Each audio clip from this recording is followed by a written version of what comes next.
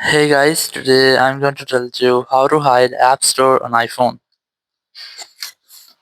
If you are using any iPhone or iPad and you want to hide App Store from your iPhone screen, so let's see how can you do that.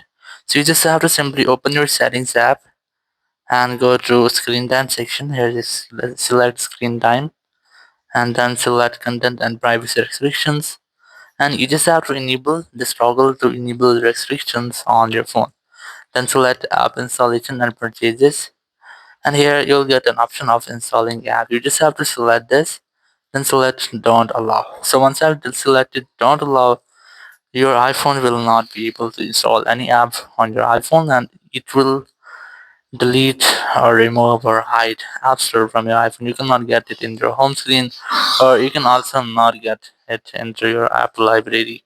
So if you want to unhide it, so you have to easily open your settings app, go to screen time section and go to content privacy restrictions.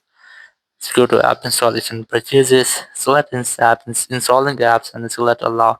Once you have selected allow, your app store will be unhidden on your home screen and you won't get it into your home screen or in your app library. So in this way you can easily hide app store on iPhone. Thank you very much for watching the video. Until next video, bye bye.